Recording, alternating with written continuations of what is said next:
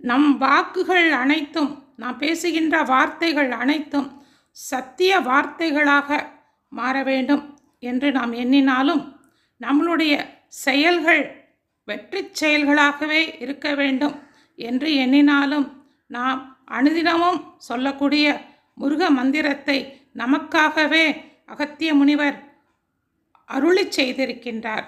அந்த அற்புதமான மகா மந்திரத்தை நாம் பார்க்கலாம். ஓம் முருகா, குரு முருகா, அருள் முருகா, ஆனந்த முருகா, சிவசக்தி பாலகனே, சண்முகனே, ஷடாக்ஷரனே, என் வாக்கிலும் நினைவிலும் நின்று காக்க.